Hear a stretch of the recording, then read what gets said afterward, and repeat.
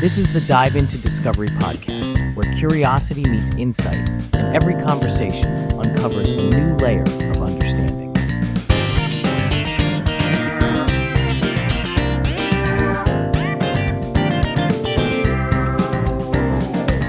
All right, let's dive into Great Zimbabwe.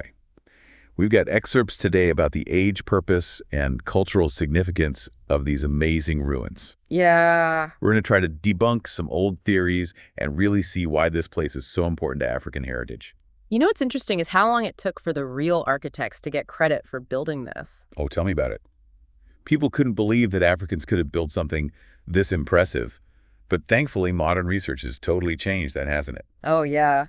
The evidence shows that the ancestors of the Shona people built this incredible place between the 11th and 15th centuries. I mean, it just blows my mind when you think about how complex and large these structures are. We're talking huge walls, some over 30 feet tall, all built without any mortar. Right. How did they do that? Well, they were really smart. They chose the stones carefully and shaped them to fit together perfectly.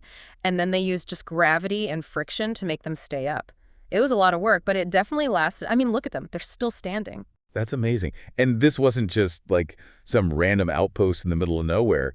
Great Zimbabwe was a huge city, a center of trade and culture that was connected to places all over the world. Absolutely. We've found evidence of trade routes that connected Great Zimbabwe to the Swahili coast, Arabia, and even China. Wow. We've even found Chinese porcelain at the site, which is pretty cool. And then, of course, there's gold. Great Zimbabwe was a big deal in the gold trade, which would have made it really wealthy. So picture this bustling city right in the heart of southern Africa, linked to the rest of the world by these incredible trade routes. But there's still so much we don't know, right? Like, what about those soapstone birds that they found? What's the story with those? Oh, the birds. They're not just statues, they're full of meaning. In Shona culture, birds represent a link to the spiritual world. They're like messengers between the living and the ancestors. And these soapstone birds, they look so majestic with their unique features. They probably represent this spiritual connection. And the fact that they were found in such important places within Great Zimbabwe tells us they were really important in the city's rituals and beliefs. That's fascinating. And what about that mysterious conical tower inside the Great Enclosure? What do you think it was used for? Well, that's the million-dollar question. Some people think it was a granary, a place to store grain, which would make sense in such a big city. Others think it was more symbolic, like a representation of the king's power or even a connection to the divine. We don't have any written records from the Shona people at that time, so it's hard to say for sure. But you have to admit, the tower's location and design are pretty intriguing. It's like a giant puzzle, but we're missing a few pieces. But from what we do know, it seems like society in Great Zimbabwe was pretty hierarchical, wasn't it? Yeah, that's likely. Especially when you look at the layout of the city, particularly the hill complex. It seems like there was a clear division between the elite and everyone else. The hill complex, which is on top of this steep, easily defended hill, was probably where the king lived and might have even been a sacred space. And considering that ancestor worship was so important in Shona culture, I wonder if they used Great Zimbabwe for those kinds of practices too. That's a very good point. Ancestor worship is like the heart of Shona beliefs. They believe that their ancestors are still involved in their lives, and they try to connect with them through rituals and offerings. And Great Zimbabwe, with all those impressive structures and possible links to the spiritual world, it could have been a really important place for those practices, which would have given the ruling elite even more power. Wow, that's fascinating. So what do we know about the daily lives of the people who lived there? I mean, what do they eat? What kind of tools did they use? What were their houses like? Well, we can get some clues from archaeology. We've found evidence that they were skilled iron workers. They knew how to make tools for farming, hunting, building, maybe even weapons for defense. And we think there might have been granaries inside the Great Enclosure, which tells us they had a pretty advanced way of managing their food to keep all those people fed. Right, because if you're involved in mining and trading on that scale, you've got to have a reliable source of food. Absolutely. And speaking of trade, we've found cattle enclosures at the site, which tells us something interesting about their economic system. But what about cattle? Well, in a lot of African societies, including the Shona people, cattle weren't just animals. They represented wealth, status, and they were often used in social and religious ceremonies. Finding these cattle enclosures at Great Zimbabwe suggests that cattle were a big part of their economy and their social structure. So it's incredible how much we can learn from these little pieces of the past. But sadly, not everything about the story of Great Zimbabwe is good. The sources mention that early European explorers damaged and looted the site. Yeah, it's true. They were drawn by the allure of treasure and the mistaken belief that Africans couldn't possibly have built something so advanced. So they destroyed and took away tons of artifacts, which didn't just rob the site of its treasures, but also made it harder for us to understand its history. It must be really tough for archaeologists today to try to put the pieces back together, especially when the site has been messed with so much over time. It's also frustrating that those early European explorers often said that Great Zimbabwe was built by someone else, which really denied the ingenuity and skill of the African people. Yeah. The idea that Africans couldn't have built something so complex is simply not true, and it's actually quite harmful. But thankfully, modern research and archaeological evidence have completely debunked those colonial stories. And thankfully, it's now a UNESCO World Heritage Site, recognized all over the world for its importance as proof of the Shona people's architectural achievements and cultural brilliance.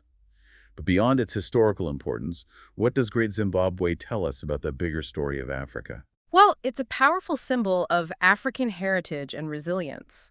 It makes us rethink the old stories about African history and see the incredible depth and complexity of African civilizations. And who knows what other amazing things we'll learn as research continues. And here's where things get really interesting. The sources talk about how Great Zimbabwe's influence might have spread beyond its own walls, maybe inspiring other buildings in the area. Yeah, that's a cool idea. When you think about how big and complex Great Zimbabwe was, it makes sense that its style of architecture and urban planning could have influenced the communities around it. Right. And who's to say there aren't more amazing structures out there just waiting to be discovered? It makes you wonder what other secrets are hidden beneath the surface of southern Africa. That's the exciting part about archaeology. There's always the possibility of finding something new, a new story to uncover. And these stories can change how we see the past and even inspire us in the present. And we have to remember that even though we've learned a lot about Great Zimbabwe, there are still so many questions we don't have answers to. Like, why was the city abandoned in the 15th century? Yeah, what could make a city that was so successful just disappear? It's a mystery that's puzzled historians and archaeologists for a long time. There are a few theories, though. One possibility is that they just ran out of resources. Oh, okay. A city that big with all those people and complicated buildings would have needed a lot from the surrounding environment. So they might have used up all the food, water, or even building materials. Exactly. And remember, they relied a lot on gold mining. If the gold ran out or it became too hard to get to, it could have messed up their whole economy and caused the city to fall apart. That makes sense. But couldn't they have adapted? Maybe found new resources or traded for what they needed? Sure, they probably tried to do that for a while, but there were other things happening too, like changes in trade routes. What if new trade routes opened up that bypassed Great Zimbabwe? That would have hurt their economy a lot. Imagine if all the goods and money suddenly started flowing somewhere else. I see what you mean. It shows that even back then, the world was connected, and what happened in one place could affect things far away.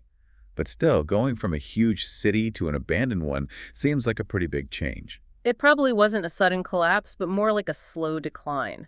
As resources became scarce and trade routes changed, people probably started moving away to find better opportunities.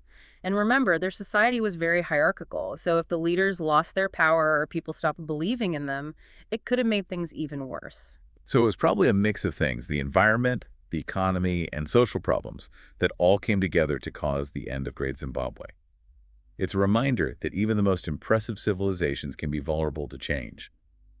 And speaking of change, we haven't really talked about the impact of colonialism on the site. You're right. We mentioned earlier how those early European stories about Great Zimbabwe being built by non-Africans were not only wrong, but also really damaging. Those stories created this idea of Africa as a continent without advanced civilizations, and that idea was used to justify colonialism and exploitation. It's a reminder of how history can be twisted to support certain agendas. And it shows how important it is to really look at historical stories and question the ones that spread harmful stereotypes. Absolutely. Thankfully, in recent years, people have been working hard to reclaim the real story of Great Zimbabwe and celebrate it as an example of African ingenuity and achievement. It just goes to show that history is always being reinterpreted as we learn more and see things from different perspectives. But besides the historical debates, why should we care about these ancient ruins so far away? What can we learn from Great Zimbabwe today? Well, I think Great Zimbabwe teaches us some really important things. First, it reminds us that human ingenuity has no limits. The Shona people, even without modern technology, created this incredible masterpiece that still amazes us today. Their skills in architecture, engineering, and city planning show just how much humans can achieve. Yeah, it makes you realize what we can do even with limited resources. Exactly. Second, Great Zimbabwe emphasizes the importance of protecting cultural heritage. These ruins are the legacy of a thriving civilization, a link to our shared past as humans. It's crucial to protect these places, not just for Zimbabwe, but for everyone. So it's about preserving our collective memory, understanding where we come from. Right. And lastly, Great Zimbabwe challenges us to confront our own biases and assumptions. For too long, the stories about this place were controlled by colonial views that didn't acknowledge the achievements of Africans. Yeah, like refusing to believe that Africans could have built something so impressive. By recognizing and celebrating the true history of Great Zimbabwe, we can move towards a more inclusive and accurate understanding of the past. And that understanding can help us build a better future for everyone. That's a powerful message. Are there any research projects happening at Great Zimbabwe right now that you're excited about? Oh, there are quite a few. One project is using ground-penetrating radar to map the site in detail. This technology lets archaeologists see underground without having to dig, so they can find things like hidden structures, burials, and other features. So they can look into the past without disturbing anything? That's cool. What are they hoping to find? Well, one thing we're still not sure about is how much of the city existed beyond what we've already excavated. This technology could help us figure out the real size and complexity of Great Zimbabwe. So we might find out that it was even bigger and more amazing than we thought. It's definitely a possibility. Another project is analyzing the chemical makeup of artifacts from the site, like pottery, metal objects, and even food remains.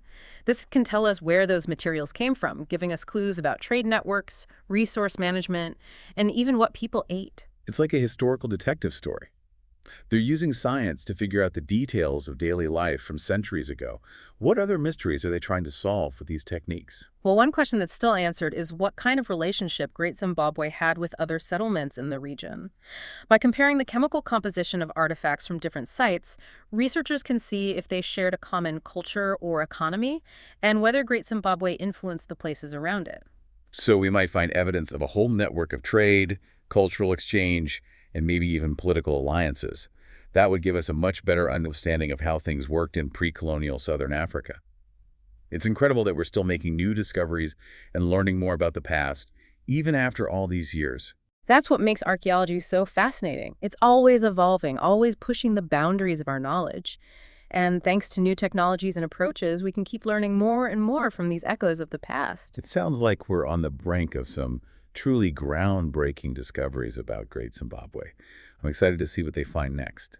But for now, we need to wrap up this part of our deep dive. It's been great exploring these ruins with you. I feel the same way. And to all our listeners, stay tuned for the final part of our deep dive into Great Zimbabwe, where we'll look closer at its legacy and what it means for our understanding of African history. You know, it's amazing how the story of Great Zimbabwe isn't just something from the past, it's still so relevant today. Oh yeah, it's not just some old ruins, it's a big part of who Zimbabwe is today. Exactly. Remember those soapstone birds we talked about? Well, they're everywhere now. They're on the Zimbabwean flag banknotes, even official symbols. Wow, that's really cool. It's a great way to connect the country to its history. And I bet the site itself is a big tourist attraction. Oh, absolutely. People come from all over the world to see those amazing buildings and learn about its history. I can only imagine what it must feel like to stand among those ancient walls and think about all the people who live there. It's truly awe-inspiring. And it really shows you why it's so important to protect these places for future generations. Speaking of protection, the sources mention that they're being very careful about how much they dig at the site. Why is that? Well, archaeologists at Great Zimbabwe are incredibly careful about how they excavate. They try to use methods that don't disturb the ruins, and they only dig in places where it's absolutely necessary to understand the site better. So it's a balance between wanting to learn more and making sure we don't damage what's left for the future. Exactly. It's a big responsibility that archaeologists take very seriously. Well, it's clear that Great Zimbabwe is much more than just a pile of rocks. It's a glimpse into an amazing civilization a testament to human ingenuity, and a source of pride for Zimbabweans and people of African descent everywhere. I couldn't agree more. And as we continue to learn more about Great Zimbabwe, I'm sure it will keep on inspiring and amazing us. I know I'm already thinking about planning a trip. But for now, we've come to the end of our deep dive. It's been an incredible journey, and I really hope our listeners have enjoyed exploring Great Zimbabwe with us. It's been a pleasure sharing these insights with you. And to everyone listening out there, don't stop exploring. There's a ton of information available online in books at museums. Yeah, keep digging, keep asking questions, and never stop being curious. You never know, maybe you'll be the one to make the next big discovery about Great Zimbabwe. Until next time. Keep exploring. What did you think of this week's episode? We'd love to hear your thoughts in the comments. Don't forget to join us next time as we dive even deeper. And as always, stay curious, because you never know what discoveries are just around the corner.